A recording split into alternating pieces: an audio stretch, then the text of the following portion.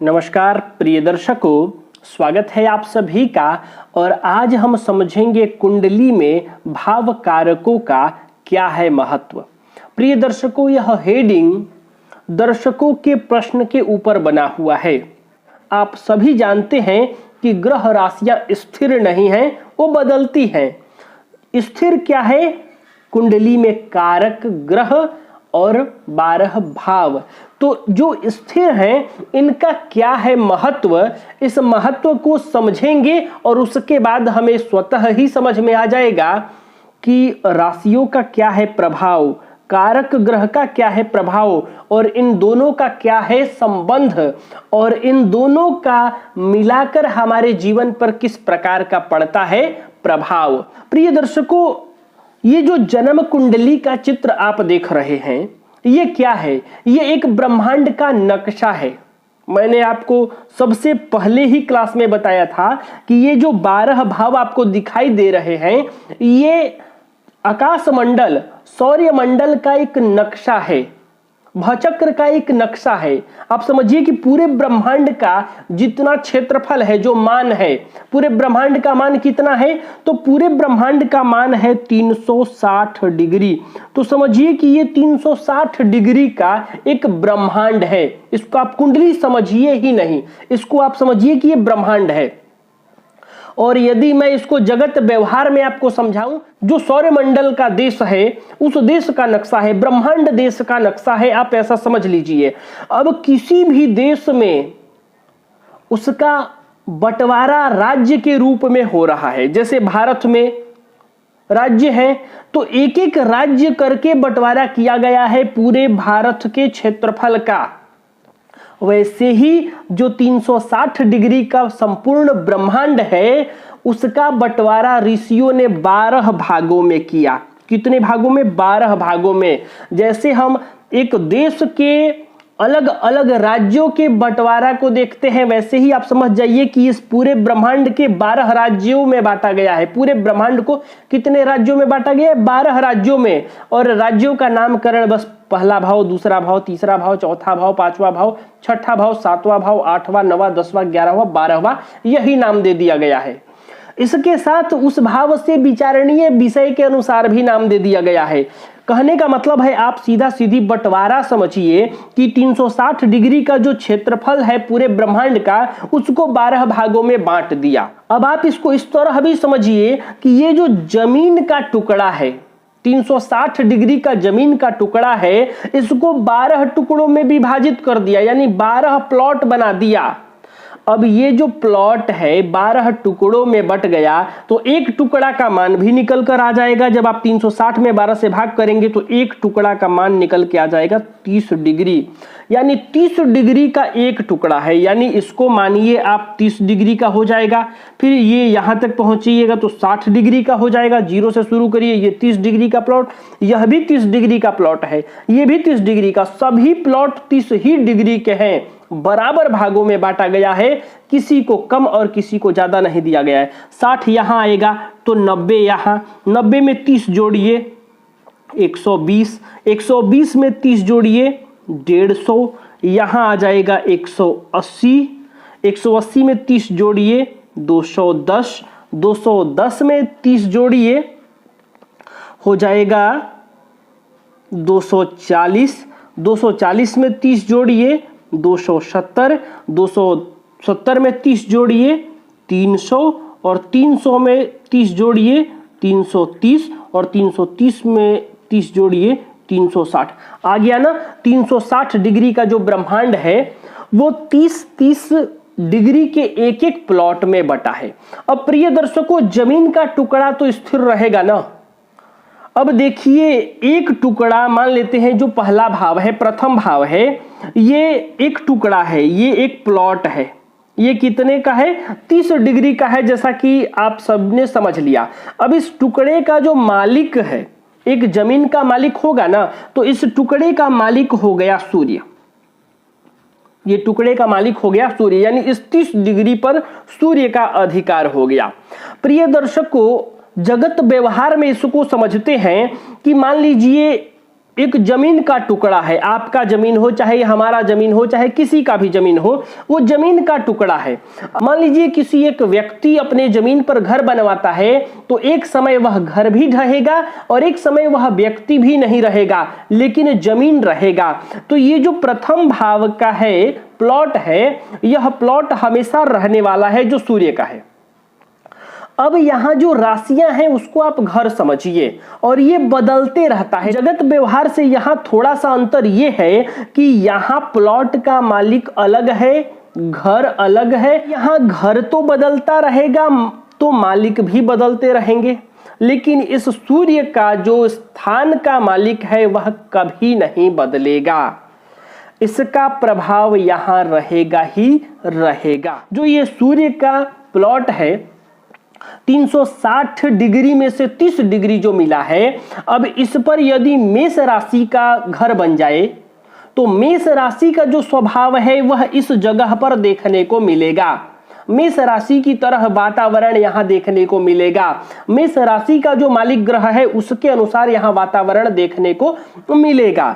जैसे मान लीजिए एक प्लॉट है, वहां आपने घर तोड़वाकर बगीचा बनवा दिया, खेत बनवा दिया, कुछ भी बदल सकते हैं, तो उसका स्वरूप बदल जाएगा, उसका प्रभाव बदल जाएगा। वैसे ही आप इसको समझिए कि ये जो 30 डिग्री का प्लॉट है ये सादा प्लॉट है। अब इसमें जो राशियां बदल कर आएंगी वो अलग अलग राशि है और वो घर है। वह किसी का बगीचा है, किसी का खेत है, किसी को घर मान लीजिए उदाहरण के तौर पर। तो मेष का स्वभाव अलग है, वृषभ का स्वभाव अलग है, मिथुन का स्वभाव अलग है, यानी प्रत्येक राशियों का स्वभाव अलग है। तो यहां उस तरह का स्वभाव देखने को मिलेगा प्रथम भाव पर। उस राशि के राशिपति अलग हैं तो उसका भी प्रभाव देखने को मिलेगा।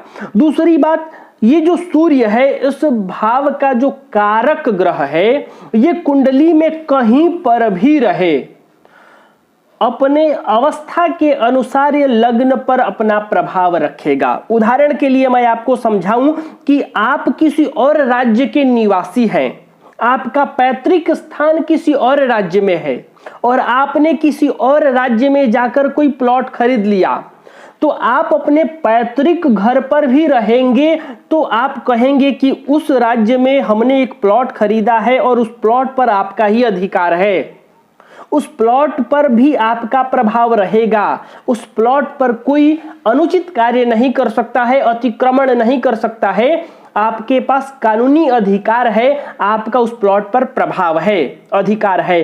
तो उसी प्रकार इस प्रथम भाव में कोई भी घर बन जाए, किसी भी राशि का घर बन जाए, उस राशि के राशिपति यहां बैठकर कार्य करेंगे, वो बदलाव वाले हैं।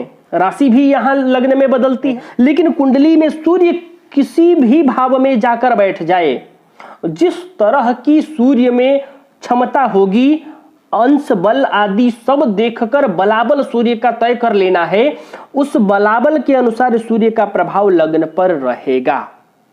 सभी भावों के कारकों का प्रभाव अपने कारक स्थान पर अवश्य रहेगा, हाँ उसके बलाबल के अनुसार रहेगा। यही रहा कारक का महत्व। जो कारक ग्रह है वो कहीं भी रहेंगे, अपने स्थान पर उनका प्रभाव पड़ता है। अब देखिए प्रभाव किस प्रकार से पड़ता है, और राशियों का भी प्रभाव पड़ेगा, क्योंकि राशि आकर बैठी है, घर बना है उस राशि का, तो उस राशि के जैसे स्वभाव है वह भी आपको उस भाव में देखने को मिलेगा, उस राशि के राशिपति का भी देखने को मिलेगा।